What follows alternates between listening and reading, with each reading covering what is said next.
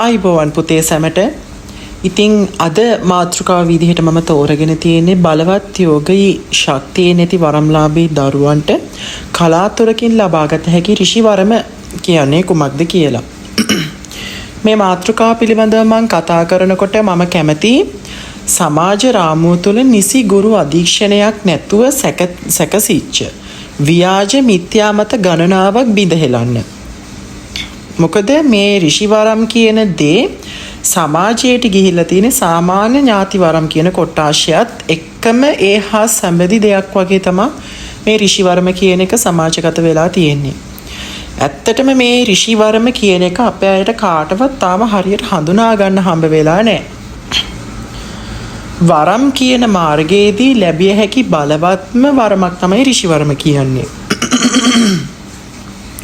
එක්තරා විදිහකට මේ ඍෂි වරම අපිට ගුරු වරමක් කියලා කියන්නත් පුළුවන්. මේ ඍෂි වරම කියන එක අපිට කොහොම හම්බ වෙනවද, කෙලෙස හම්බ වෙනවද කියන එක මම හරියටම ඒ වගේම ඍෂි වරමක් ගන්න ආකාරය කොහොමද කියලා පැහැදිලි කරලා දෙන්නම්. මුලින්ම හඳුන්වන්න ඕනේ ඍෂිවරු කියන්නේ කවුද කියන එක. ඍෂිවරු කියලා කියන්නේ දසපාරමිතාවන් තුල සිත පිහිටපු දසපාරමිතාවන් සමත් වීමට ශිල්ප දැක්වූ ඒ වාගේම සක්විති රජවරුන්ටත් අනලබා දෙන්නා වූ ඉහළ ගුරුවරු කොටාශයක් තමයි මේ ඍෂිවරු කියලා කියන්නේ. උතුම් වූ සම්මා සම්බුද්ධ දේශනය තුලත් ගෞතම බුදුරජාණන් වහන්සේ ඍෂිවරුන්ගේ ශක්තිය මේ ආකාරයෙන් පැහැදිලි කරනවා. එක් හියකින් රජවරු 500ක් මැරිය හැකි තරම් ඥාන ශක්තියක් ඇති ගුරුවරුන් කොටාශයක් තමයි මේ ඍෂිවරු කියලා කියන්නේ. මේ ගුරුවරු කොටාශය පිළිබඳව ගෞතම සම්මා සම්බුදු පියාණන් වහන්සේ විවිධ විග්‍රහයන් ගෙනහලා දීලා තියෙනවා. මහායාන, වජ්‍රයාන, තේරවාද කියන මේ සියලුම ශාස්ත්‍රයන් තුලදීම. එතකොට මේ ඍෂිවරුන් ඍෂි දේවතාවුන් වහන්සේලා වරමකට පැමිණෙනවා කියනකොට ඒක ශරීර ආකර්ෂණයක්ද නැත්නම් මානස ආකර්ෂණයක්ද නැත්නම් කිනම් ආකාරයේ ක්‍රමවේදයක් කරහාද මේගොල්ලෝ පැමිණෙන්නේ? මේ අයට කෑම බීම ආහාර පාන පළතුරු පුද පූජාවන් තෙබිය යුතුද? මෙහි ඍෂි වරමක ශක්තියින් ලබා ගන්න කල යුතු දේවල් කුමක්ද කියන එක පිළිබඳව මම පැහැදිලි කිරීමක් ගෙනෙන්නම්. මේ ඍෂිවරු කියලා කියනකොට අපිට අමතක කරන්න බෑ අපේ මුල් ඍෂිවරුන්ව හැඳින්වුවොත් සප්ත මහා ඍෂිවරු මහා බ්‍රහ්ම දේවතාවුන් වහන්සේගේ ඥාණයෙන් නුවණින් පහළ වුණා කියන ඍෂිවරුන් 7 දෙනෙක් සිටිනවා. ඒ 7 දෙනාට තමයි සප්ත මහා ඍෂිවරු. 7 මහා ඍෂිවරු 7 දෙනා කියලා මේ හඳුන්වන්නේ මේ මහා බ්‍රහ්ම දෙවියන්ගේ තුන්වෙනි ඇසෙන් ඥාණයෙන් පහළ වුණා කියන ඍෂිවරුන් 7 දෙනා පිළිබඳවයි. ඒ අතරින් එක් අයෙක් පුලස්ති, ඒ වගේම අංගිර, මරුචි, පුලතිසි, නන්දි යන්නා වූ මහා ඍෂි පරම්පරාවක් මෙතන පිටපස්සේ සිටිනවා. ඊට අමතරව මේ ඍෂිවරුන්ට ඥානය සැපයූපු තවත් සුවිශේෂිත මහා ගුරු, ඒ කියන්නේ සියලුම ගුරු පරම්පරාවේ මහා ගුරු කියන পদවියට පත්වන්නේ අපේ උතුම් වූ මහා දෙවියන්වම තමයි. උතුම් වූ මහා දෙවියන් අපි එක් පිටක හඳුන්වනවා දක්ෂිනාමූර්ති කියන නාමයෙන් අපි මහා දෙවියන්ව පිටක හඳුන්වනවා. එතකොට උන්වහන්සේගේ යටතේ තමයි මේ සප්ත මහා ඍෂිවරු පවා අධ්‍යාපනය ලබන්නේ. ශාස්ත්‍ර වේදයන් හදාරන්නේ. තපෝ වනය කියන වචනේ ඔයගොල්ලෝ අහලා ඇති. තපෝ වනය, තපසුන් වසන්නා වූ වනය. ඍෂිවරයෙක්ගේ පදවියට ඔබ පැමිණෙනවා නම් වනයේ තපස් රකින්නා වූ, ධ්‍යාන වඩන්නා වූ කටුක මිහිරි මාර්ගවල අපමණ ඔබට දුක් විඳින්න සිද්ධ වෙනවා. ඍෂිත්වයට පැමිණෙන්නා වූ පුද්ගලයෙක් අපි අහලා තිනවා තපෝ වනයට ගිහිල්ලා භාවනා යෝගී ජීවිතයක් ගත කර යුතුයි. ඒ තපෝ වනයේ ගත කරන්නා වූ ආධ්‍යාත්මික ජීවිතය තුළ කටුක සහ සුන්දර කියන අත්දැකීම් දෙකම එක හා සමානව විඳ ගැනීමට සිද්ධ වෙනවා. එතකොට එලෙස අපිට පහළ වූ මුල් ගුරුවරු පරම්පරාව. නැත්තම් මේකට අපිට කියන්න පුළුවන් අති ප්‍රබල ගුරුවරම් කියලා. මේක ගුරුවරම් කොට්ටාශයක්ම තමයි ඍෂිවරම කියලා කියන්නේ.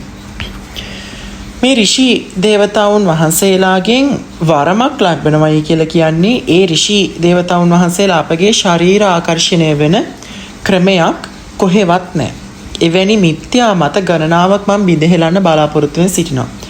මගේ ළඟට අපමණ දරුවන් ඇවිල්ලා තියෙනවා ඍෂිවරු ශරීරගත වෙලා එක එක කතන්දර එක එක දේවල් භාෂාවල් වලින් එක එක දේවල් කියවනවා. ඍෂි දේවතාවුන් වහන්සේලා භාෂාවල් වලින් කතා කරනවා තමයි. නමුත් ඒ කතා කරන ක්‍රමවේදයත් ඒ පිළිවෙතක් තියෙනවා ඒගොල්ලෝ.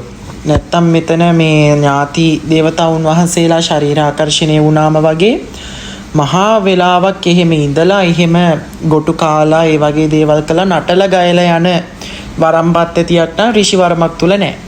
ඒක සම්පූර්ණ ව්‍යාජ මතයක්. බොහෝ සෙයින් මෙතනට එහෙම ඍෂි වරම් තියෙන අය පැමිණිලා තියෙනවා. ඒ අයත් මාත් එක්ක කතා කරනකොට සමහරක් අයට මං අහන ප්‍රශ්න වලින් ගැලවිලා යන්න බැරි වෙලා තියෙනවා. මොකද ඍෂි වරමේ ඒ ඍෂි ආකර්ෂණය ආපු වෙලාවේ ඍෂිත්වයේ පිළිබඳව මං ඔවුන්ගෙන් ප්‍රශ්න කරද්දී ඔවුන්ට ඒහා සම්බන්ධව උත්තර දී ගන්න බැරි වෙලා තියෙනවා. ඒකට මම මූලික වශයෙන් ඔයගොල්ලන්ට කියන්නේ වරමක් කරන්න කලින් ඍෂි දේවතාවුන් වහන්සේලා සමග ගනුදෙනු කරන්න කලින් ඍෂි වරමක් කියන්නේ කුමක්ද කියන එකවත් හරියට හොයලා බලලා අධ්‍යයනය කරලා මේ වීඩියෝ එකෙන්වත් දැනගන්න ඔබට ලැබේවා කියලා ප්‍රාර්ථනා කරනවා. ඍෂි වරමක් තුලදී කිසිසේත්ම ඍෂි දේවතාවුන් වහන්සේලා සම්පූර්ණ වශයෙන් අසිහියටම යනකම් ශරීර ආකර්ෂණය වන්නේ නැහැ. ඒ වගේම තමයි ඍෂි වරම් වලට අමතරව බමුණු වරම් තපස්සක කියන තපස් කොට්ටාශ රකින්නා වූ අඝෝරිවරුන්ගේ වරම් පවා පැමිණෙනවා. මෙම සේරම ගුරු වරම් ගණයට තමයි අයිති වෙන්නේ. එතකොට මේ ඍෂි වරමේදී කවදාකවත් ඒ ඍෂි දේවතාවුන් වහන්සේලා ශරීර ආකර්ෂණය වෙන්නේ නැත්තේ මුල් ගුරුවරු කවදාකවත් මනුෂ්‍ය දේහයක් තුලට පැමිණෙලා ඒ මනුෂ්‍ය දේහය තුල කලහකාරී ලෙස හැසිරීලා ඔවුන්ගේ ක්‍රමවේදයෙන් පිටතට කවදාකවත් යන්නේ නැහැ. ඒ වගේම තමයි ඍෂි වරමක් කියලා කියන්නේ ඍෂි වරම තුලදී වැඩිපුරම ක්‍රියාත්මක වෙන්නේ මඟ පෙන්වීම. ඒක ඔබවත් නොදන්නා වූ රහසක්. මඟ පෙන්වීම තමයි වැඩි හරියක් ඍෂි වරමේ ක්‍රියාත්මක වෙන කැඹුරුම. මඟ පෙන්වීම කියලා කියන්නේ ගුරුවරයෙක් අපිට මඟ පෙන්වන එක තමයි ගුරුවරයෙක් අපිට ලබා දෙන අධ්‍යාපනය. ඍෂි වරම කියලා කියන්නේ ඍෂිත්වය කියලා කියන්නේ මුල් ගුරු පරම්පරාව. මුල් ගුරු පරම්පරාව තුලින් අපිට ඒ වරම හරහා ලබා දෙනව නිසි මඟ පෙන්වීම. ඉදිරියට යන්න ඕනි මෙහෙම. ඉදිරියට යන්න ඕනි මෙහෙම. ඒ ඍෂි වරමක් තුල වැඩි හරියක් තියෙන්නේ ඔබට කරන්න තියනා වූ ක්‍රමවේදය සහ ඔබගේ උපදේශ මාලාව. නැත්තම් ඍෂි වරම තුලදී කවදාකවත් ඒ ඍෂි වරම ක්‍රියාත්මක වෙලා ඒ ඍෂි වරුන් පැමිණ බෙර පදවලට නටලා ගොටු මාලාවල් වලට ඔබව හසු කරවලා යන්නේ නැහැ. උන්වහන්සේලා පැමිණ උපදෙස් ලබා දෙනවා අහවල් දෙවියන් සමග ගොටු දීලා ඔබ ගනුදෙනු කරන්න ඕනි මෙහෙමයි. අහවල් දෙවියන්ට පුද පූජා දීලා ගනුදෙනු කරන්න ඕනි මෙහෙමයි. අර එහෙමයි මෙහෙමයි කියලා නිසි උපදෙස් මාලාව ගුරු ඇසුර තමයි වැඩි හරියක් මේ ඍෂි වරමක් තුල ක්‍රියාත්මක වෙන්නේ. එතකොට මේ ඍෂි වරම තුල ඒ ආකාරයෙන් ක්‍රියාත්මක වෙන ගුරු ඇසුර තුලින් තමන්ගේ ජීවිතය ආලෝකමත් කරන පුළුවන් ඍෂි වරමක් තියෙන කෙනෙක්ට තවත් වරම් ගණනාවක් ලබා ගැනීමේ පහසුතාවය ලැබෙනවා. කිමද ඍෂිවරයා අනිවාර්යයෙන්ම මඟ පෙන්වීම ලබා දෙනවා තවත් වරම් ගණනාවක් ලබා ගන්න පුළුවන් ක්‍රමවේදය. ඍෂි වරමක් කියලා කියන්නේ මහා භාග්‍යයක්ලත් විශේෂී වූ ගුරු වරමක්. හැමෝටම ලැබෙන දෙයක්ුත් නෙමෙයි. එතකොට මේ ඍෂි වරමකදී අනිවාර්යයෙන්ම මේ ඍෂි දේවතාවුන් වහන්සේ Tamanට ගුරු දීක්ෂා දෙනවා නම් පමණයි වරමට පැමිණෙන්නේ. ඒ වගේම ඍෂි වරමක් තුළදී ඍෂි දේවතාවුන් වහන්සේගේ අර්ධ ආකර්ෂණ පැමිණෙන අවස්ථා තියෙනවා. කවදාකවත් මේ ඍෂි දේවතාවුන් වහන්සේ සම්පූර්ණ ආකර්ෂණ සඳහා නැත්තම් ඒ කියන්නේ ඔබව සම්පූර්ණයෙන් මෙහෙවන තත්ත්වයට යන්නේ නැහැ. මොකද මේගොල්ලෝ ආදි මානසික භාවනා යෝගී ස්තරයක සිටින්නේ අපගේ මේ භෞතික ශරීරයට මේ අය ධාරණය කරගන්න තරම් භෞතික ශරීරයේ ශක්තිමත් නැහැ. මේ භෞතික ශරීරය මේ ඊටමත් දුර්වලයි මේ ඍෂි වරමයේ පැමිණෙනා වූ ඍෂි දේවතාවුන් වහන්සේලා ශරීරය තුල තියාගන්න. එතකොට මේ ඍෂි දේවතාවුන් වහන්සේලාගේ ඉහළ මණ්ඩලයේ සිටින මුල් ඍෂි දේවතාවුන් වහන්සේලාත් ලංකාවේ බහුතරයකට පැමිණීමට සිටිනවා කියන එක මම නිවේදනය කරනවා. ඔබ සුබ පණිවිඩයක් ඔන්න. ඍෂි වරම අනාගතයේදී ඍෂි දේවතාවුන් වහන්සේලාගේ ශක්තියෙන් ලංකා ධර්මදීප තලය තුළ බහු වශයෙන් ක්‍රියාත්මක වීමට මාර්ගයේ හැදීගෙන යන අවධියක් තමයි ක්‍රියාත්මක වෙන්නේ. එතකොට ඔබ සූදානම් වෙන්න, ඔබටත් හැකිනම් මේ ශක්තියන් අරගන්න. අපිට මේක මේ ඍෂිවරම අරගන්නවා කියන එක මානසිකයෙන් වශයෙන් සහ පූජාමය වශයෙන් දෙපැත්තෙන්ම කරන්න පුළුවන්. ඍෂි දේවතාවුන් වහන්සේලාට පූජා පැවැත්වීම කියන්නේ ඔයගොල්ලන්ට මුල් ඍෂි දේවතාවුන් වහන්සේලා විදිහට ඔයගොල්ලන්ට අරගන්න පුළුවන් ශිව විෂ්ණු බ්‍රහ්ම ත්‍රිමූර්තිය. මේ ත්‍රිමූර්තියට ඍෂි වරමත් තුළදී ත්‍රිමූර්ති වන්දනාව කියන්නේ අනිවාර්යම වැදගත් වන්දනාවක්. සමා වෙන්න. ත්‍රිමූර්ති වන්දනාව කියලා කියන්නේ ඊටමත් වැදගත් වන්දනාවක්. ත්‍රිමූර්ති වන්දනාව වගේම ත්‍රිදේවගණන්ගේ වන්දනාවත් ඊටමත් වැදගත් වන්දනාවක්. ඔබ ත්‍රිදේවගණන්ගේ ත්‍රිමූර්තියේ වන්දනාව දිගටම කරනවා නම් ඔබට මේක කරන්න ප්‍රතිමා, ෆොටෝ මේම දේවල් ගොඩාක් පටවගෙන යහනක් හදන්න ඕනේ. කවුරුත් දන්නවා මගේ ක්‍රමවේද. මල් ළඟට එන සිසුන් හැමෝම මාත් එක්ක කතා කරනවා. ගුරුතුමත් එක්ක කරන පුද පූජාවල් ගනුදෙනු වලදී ගොඩක් ෆොටෝස්, ගොඩක් දෙවරුන්ගේ රූප පටවගෙන නෑ. හරි කුඩා ක්‍රමවේදයක් කරා මහා ආකර්ෂණයක්, මහා ශක්තියක් ළඟා කරගන්නා වූ රහස් ඔබතුමා ළඟ තියෙනවා. එක ගලකින් ගන්න පුළුවන් මේ සියලුම ශක්තිය. මේ ආකාරයෙන් මේ සිස්ටම් එක හදන්න දන්න දක්ෂයා දන්නවා කොහොමද මේ වැඩේ කරන්න ඕනි කියලා. ඉතින් ඔයගොල්ලන්ට පුළුවන් පහන් තැටි 3ක් අරගෙන මේ පහන් තැටි 3 ගිතෙල්, අබතෙල්, තලතෙල් යන්නා වූ දේවල් දාලා, සුවඳ තෙල් වගේ දේවල් දාලා දින 21ක් එක දිගට පත්තු කරන්න උතුරු දිශාවට. මේක ත්‍රිමූර්තියට තමයි අපි පත්තු කරන්නේ. උතුරු දිශාවට දැල්ලා තියෙන විදිහට දල්වන්න පුළුවන්. මේක දින 21ක් විතර, මාස 3ක් විතර දල්වගෙන යන්න පුළුවන්. රාත්‍රී 10න් පසු හෝරාවන් වලදී 10න් පසු පාන්දර 3ට පෙර ඔයගොල්ලන්ට මේක කරන්න පුළුවන්. ඒ සමගම ඔයගොල්ලන්ට එතන ඔයගොල්ලන්ට කැමැති භාවනාවක්, බෞද්ධ භාවනාව හෝ හින්දු භාවනාව හෝ කැමැති භාවනාවක් කරන්න පුළුවන්. ගින්දරත් භාවනාවත් කියන එක එකට සමවැදීගෙන ඔබ එක දිගට ප්‍රැක්ටිස් කරගෙන ඒක ක්‍රියාත්මක කරගෙන යන්න ඔබගේ ධ්‍යාන ශක්තියින්, කවච ශක්තියින් වගේම කුණ්ඩලිනී ශක්තියින් අවදි වෙන්න පටන් ගන්නවා. එතකොට අපි මේ හෙළකුල දේවතාවියගේ ලංකාවට ආවේනික ඍෂි වරම් නිසලෙස ක්‍රියාත්මක වීමේ වාසනාවේ පුද්ගලයෙක් වශයෙන් ඔබව කීයට හරි ත්‍රිමූර්තිය විසින් තෝරා ගන්නවා. එතකොට ත්‍රිමූර්ති දේවතාවුන් වහන්සේලා විසින් ඔයගොල්ලන්ට නිසි ඍෂි වරම නිසි අවස්ථාවට ක්‍රියාත්මක කළ දෙනවා. එන්න ඔබට ඔබගේ මනසේ පණිවිඩ එහා මෙහා ගමන් කිරීමේ හැකියාව ළඟා කරලා දෙනවා. ඒ වගේම විටක ඔබේ මනස ඔබේ ගුරුවරයා ලෙස හැසිරෙන තත්වයක් එකපාරටම පටන් ගන්නවා. ඔබගේ මයික හොඳින් මතක තියාගන්න. ඔබගේ මනස ඔබගේ ගුරුවරයා ලෙස, ඔබට උපදෙස් දෙන්නා ලෙස අභ්‍යන්තරයෙන් යමෙක් ඔබ තුල කතා කරන තත්වයක් හටගන්නවා. මේ තත්වය හටගන්නකොට ඔබ මේ වරමට, මේ ශක්තියට නිසි ලෙස ගැබ් වෙලා කියන එක හරියාකාරයෙන් කියන්න පුළුවන්. එතකොට මේ ඍෂි වරම නිසි ලෙස ක්‍රියාත්මක කරගන්න නම් මේ ක්‍රමවේද කරන්න පුළුවන්. අංක 1 තමයි මොන පුද පූජාව දුන්නත් ඍෂි වරමක් කියන එකේදී භාවනාව තමයි මූලික පරමාර්ථය සහ භාවනාව තමයි මූලික ක්‍රමවේදය. ආනාපාන සති භාවනාව, මෛත්‍රී භාවනාව, ආර්ය මෛත්‍රී භාවනාව, ඒ වගේම විවිධ සාධනා, මන්ත්‍ර වාර, ඒ වගේම මේ හමන සුලගත්, දැවෙන ගින්දරත්, වහින වතුරත් එකට සමවැදී ඔයගොල්ලන්ට ඒ වැස්ස වෙලාවට, හුළඟ හමන වෙලාවට පහනක් පත්තු කරන්, දර ටිකක් පත්තු කරගෙන ඒ අසල ඉඳගෙන ඔයගොල්ලන්ට ඒ ගින්දරටත්, ඒ වතුරටත්, ඒ සුළඟටත් ඔයගොල්ලන්ගේ මනස ඒකාත්මික කරගෙන සමවැදිලා ටික වෙලාවක් ගත වෙනකොට ඔයගොල්ලන්ගේ මනස සම්පූර්ණ මේ විශ්වතලයට ද්‍රාවණය වෙලා ඔයගොල්ලෝ මේ විශ්වතලයේ තියෙනා වූ විවිධ ශක්තියින්, ඍෂිවරුන්, දෙවිවරුන්ගේ විමාන තුලට, ඒ දෙවි දේවතාවුන් වහන්සේලාගේ ලෝක තුලට, ඒ දෙවි දේවතාවුන් වහන්සේලාගේ තල තුලට, ඒ ඍෂිවරුන්ගේ නිවාස තුලට ඔබට ගමන් කිරීමේ හැකියාවත්, ඒ ඍෂිවරුන්ට ඔබ ළඟට පැමිණීමේත්, ඒ දෙවිවරුන්ට ඔබ ළඟට පැමිණීමේ හැකියාවත් ලබා දෙනවා. ඒ වගේම තමයි රුවන්වැලි මහා සෑයට, අටමස්ථානයට, සොළොස්මස්ථානයට කිරිහාර පූජා, විවිධ සම්බුද්ධ පූජා අනිවාර්යයෙන්ම තබන්න ඕන.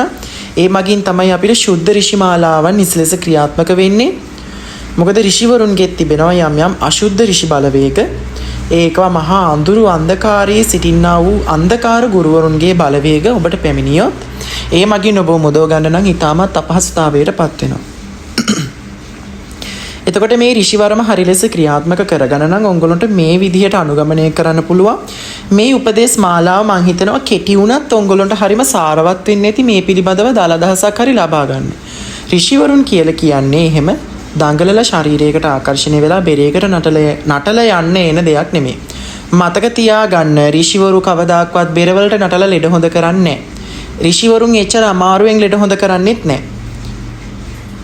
ඍෂිවරයෙක්ගේ නිසි ඍෂිවරමක් තියෙන පුද්ගලයාට අත තියූ සෙනෙන් රෝගය සුව කරන්න පුළුවන්. මගේ මේ පීඨයට ඒ ආකාරයෙන් අත තියූ සෙනෙන් රෝග සුව කරන්න පුළුවන් අය ගණනාවක් ඇවිල්ලා තියෙනවා. නමුත් මගේ පීඨයේ සිටින දරුවන් කිහිප දෙනෙක් ඉන්නවා අස්ති අමාරු එහෙම තියෙන. මං ඉතින් ඒගොල්ලන්ව දෙනවා ඒ අයට සුව කරන්න. එතකොට එහෙම සුව කරන්න මේ මොහොතට දුන්නාම මේ අය කියනවා මට ඒ ශක්තිය තිබුණා දැන් මට ඒක නැහැ. එතනින් මාරු වෙන. ඒ වගේ බොරු ඒ කියන්නේ ව්‍යාජ මන්දමින් රඟ දක්වන ඍෂිවරම් වලට නම් කිසිසේත් මිඩ නැහැ. අනාගතයේදී මේ ඍෂිවරම කියන එක තමයි ගොඩක්ම කැපිලා පේන තත්වයකට පරිවර්තනය වෙන්න හදන්නේ. ඒකින්ද මේක චහුරක් කරගන්න නැතුව නැත්තම් මේක නාගන්නේ නැතුව හරියට කරගන්න කියලා මගේ ආදරණීය ජනතාවගෙන් මම ආදරෙන් ඉල්ලා සිටිනවා. මොකද මම මේක ඔයගොල්ලන්ට හොඳින් කියන්නද නරකින් කියන්නද කියලා හිතා ගන්න බෑ. මොකද මහා මාතාවගේ අනපරිදි මේ ඍෂි දේවතාවුන් වහන්සේලාගේ මේ ක්‍රමවේදයේ ගුරුවරුන්ගේ ගුරු ආශ්‍රය නිසිලෙස කරගෙන යන්න ඔබලාට නිසි පණිවිඩ ලබා දීමට මම අපකැප වී සිටිනවා. ඉතින් මේ ඍෂිවරම කියන එක නිසිලෙස ක්‍රියාත්මක කරගන්න මම මේ කෙටියෙන් කියන්නම්. අපි ඍෂිවරමක් තුලදී ගුරු වන්දනාව කරනකොට කියන්නව මේ ශ්ලෝක පාඨය. මේක මන්ත්‍රයක් නෙමෙයි, මේක ශ්ලෝක පාඨයක්. गुरुर ब्रह्मा गुरुर विष्णु गुरुर देवो महेश्वरा गुरुर साक्षात परब्रह्मा तस्मै श्री गुरवे नमः. गुरुर ब्रह्म ब्रह्म गुरुवे गुरुर विष्णु विष्णु गुरुवे गुरुर देवो महेश्वरा महेश्वर शिवदेवियो गुरुवे गुरुर साक्षात परब्रह्मा परब्रह्म කියන මහා තත්ත්වය කියන සමස්ත විශ්වයම අපගේ ගුරුවේ. ඒවන් ගුරුවරුන්ට මාගේ නමස්කාරය වේවා. ඉතින් මේ ක්‍රමවේදයන් හරහේ ගුරු දෙගුරුන්ගේ ආශිර්වාදය හරහා සම්මා සම්බුදු පියාණන් වහන්සේගේ ආශිර්වාදය හරහා මේ ඍෂිවරුන්ගේ ශක්තියට නිසිලෙස ඔබට අන්තර්ගත වෙන්න පුළුවන් නම් ඒක මහා වාසනාවක්. එවන් ශක්තියින් තියෙන අයට නිසිලෙස අපගේ පීඨය තුළ නිසි වරම් මේක පුතේ ගොටු පූජා කරලා ගන්න පුළුවන් වරමක් නෙමේ. ඍෂිවරම් නිසිලෙස ආරම්භ දෙන්න අපගේ පීඨයේ නිසි ක්‍රමවේදයන් තියෙනවා. අප සමග එකතු වෙන්න පුළුවන්. වරම් පරීක්ෂාවල් වලට පැමිණෙන්න පුළුවන්. සියම සෑම ඉරිදා දිනකම සෙනසුරාදා දිනකම මේ වගේම අපොයින්ට්මන්ට් එකක් සහිතව සතියේ දවසක වරම් පරීක්ෂා කරනවා සුපුරුදු විදිහට. ඉතින් ඔයගොල්ලන්ට මට දුරකථන අංකයට කතා කරලා වේලාවක් වෙන් කරගන්න පුළුවන්. ඉරිදා දවසේ නම් ඕනෑම වේලාවක පැමිණෙන්න පුළුවන්. උදේ වරුවෙත් හවස් වරුවෙත් දවල් වරුවේ වැඩ කරන්නේ නැහැ. ඉතින් ඒ ආකාරයෙන් වරම් පරීක්ෂා සහ සියලුම දෝෂ පරීක්ෂා කරනවා. සැමටම ආරාධනා කරනවා. සැමටම තෙරුවන් සරණයි ස්වස්ති සිද්ධම් කියලා ප්‍රාර්ථනා කරනවා.